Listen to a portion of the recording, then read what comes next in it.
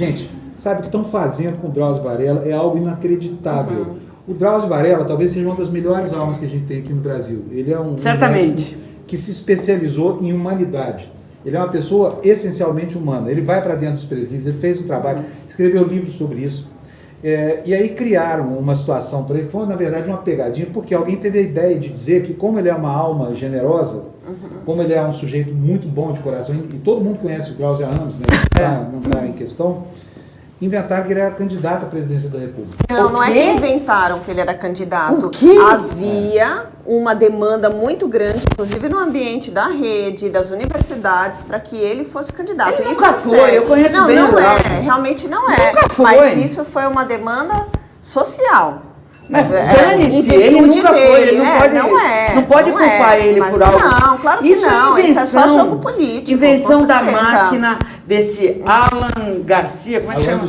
Alan dos Santos. É o lixeiro da internet. Alan dos Santos, Carluxo, Dudu, Bolsonaro, essa corja que faz a internet, que se chamam de deputado por São Paulo. O que esse cara está fazendo? Então, mas, ó, ele não fica em São Paulo nem um dia, só usa a máquina. Não, mas eles usaram para desmoralizar o Drauzio Varela. Usaram, mas quem começou, quem foi fazer uma investigação mais a fundo sobre o assunto foi o MBL. A respeito de qual era o crime que a Suzy, a trans, havia cometido. Então, o MBL começou com esse tipo de investigação. E aí a máquina, então, foi adiante. Mas qual o interesse do MBL em saber isso? A pessoa que... Não, a desmoralização da narrativa de proteção, de fato, aos direitos. Mas você imagina, é óbvio que é isso, mas eu digo, a pessoa que pensa, vamos lá procurar o que essa pessoa que ele deu um abraço fez, sabe? A pessoa que passa isso pela cabeça já tem uma alma podre. O MBL é um movimento usado, é um movimento de mauricinhos, que é facilmente manipulado, foi manipulado em 2013 por essa máquina comandada no mundo inteiro pelos Steve Bannons, por essa gentalha que inventou fake news, que resolveu descaradamente usar da mentira para dominar as massas. Mesmo tipo de técnica usada pelo Goebbels. Então, sim, Bárbara, eu concordo, mas é o jogo agora. O que fizeram, se a gente for traçar um paralelo em relação a que partidos de esquerda fizeram com a Marina Silva, no sentido de dizer que ela era preconceituosa, era contra gay, contra homossexuais, porque ela é evangélica, segue a mesma linha dessa cabeça que maquina e que inventa coisas para desmoralizar pessoas. Então, nós estamos numa virada paradigmática da tecnologia, né? A comunicação está muito rapidamente se mexendo. Nos anos em que o PT mandava, também havia isso, né? Então, havia o jogo. Sim, mas não era uma coisa organizada, porque essa história de Foro de São Paulo não era uma quadrilha miliciana de gente de cassino, de gente que detém o poder e usa desse poder.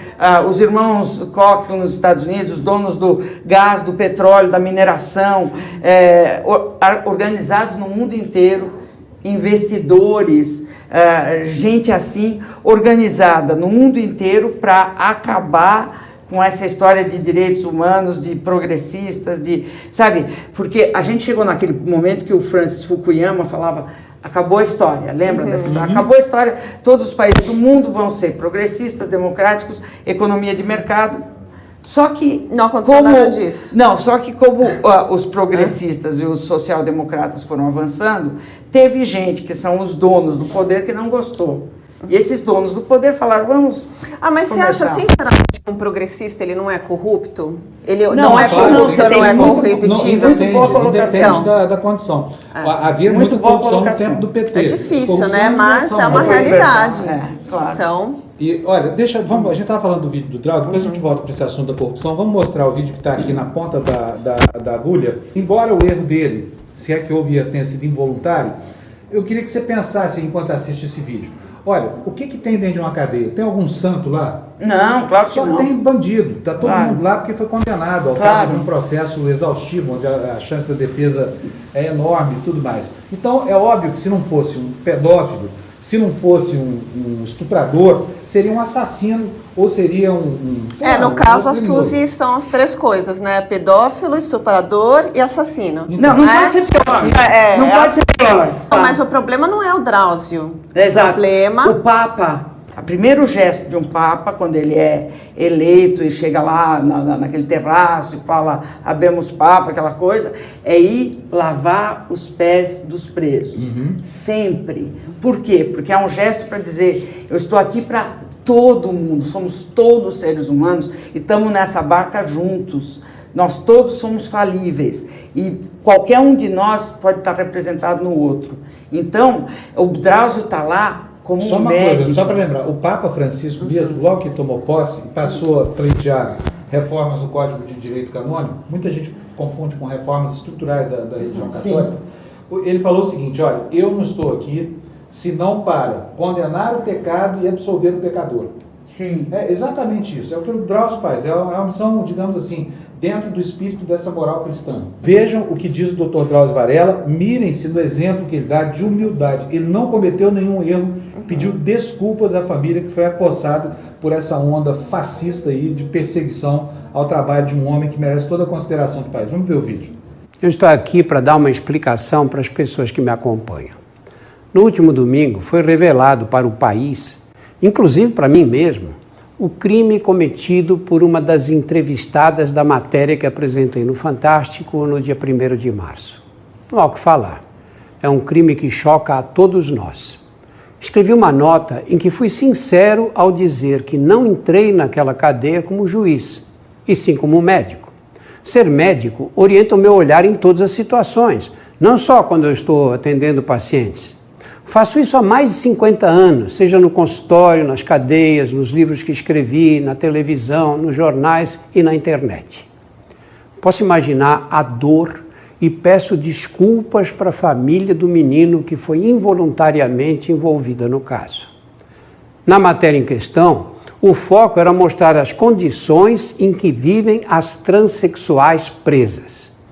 As estatísticas oficiais indicam que a imensa maioria delas está presa por roubo e furto. A maneira pela qual a Suzy foi apresentada deu a entender que ela fazia parte desse grupo majoritário. Por isso eu entendo a frustração de quem se decepcionou comigo. Ali aconteceu o seguinte, eu terminei a entrevista, que foi uma entrevista longa, e ela ficou de cabeça baixa no fim, quando eu perguntei há quanto tempo ela não recebia visitas, ela falou 7, 8 anos. Eu ainda disse para ela, solidão, né, minha filha? Nessa hora ela se virou para mim. Ela se virou com um olhar tão triste que me comoveu. E eu dei um abraço nela. Para quem acha que eu errei, desculpa, mas esse é o meu jeito. Eu lamento, mas assumo totalmente a responsabilidade pela repercussão negativa que o caso teve. Agora, eu gostaria de dizer claramente e sem nenhuma chance de que eu volte atrás no futuro, que nunca fui e nem serei candidato a nada. As pessoas que estão explorando politicamente esse episódio podem ficar tranquilas. Eu acho, sinceramente, doutor Drauzio, uma pena que o senhor não seja candidato, sabe? Porque o senhor é o oposto completo disso que está aí, tentando criar uma hegemonia neonazista, neofascista no Brasil. Sabe? O senhor é um homem que inclui independentemente da condição. O senhor é uma pessoa de uma generosidade de alma incrível, né, num país de almas pequenas. Então, assim, lamento muito que os homens bons sejam afastados da política antes que eles queiram, né, no Brasil. Porque essas almas penadas têm que garantir para elas o espaço. O próprio Engels falava lá para trás o seguinte, o espaço tem que ser ocupado pelos bons, os maus não podem ocupar. O bom para ele dele, é o bom dele. É, exatamente. E isso não quer dizer que sejam os realmente bons. Agora, os realmente ruins, que a gente sabe, estão conquistando todo o espaço político no Brasil por causa do quê? Do silêncio de gente como o Drauzio. Mas você sabe, o Drauzio já poderia ter sido ministro da Saúde, secretário de Saúde, secretário municipal de Saúde, ele nunca quis. E é uma vergonha você pegar um sujeito desses e destruir ele.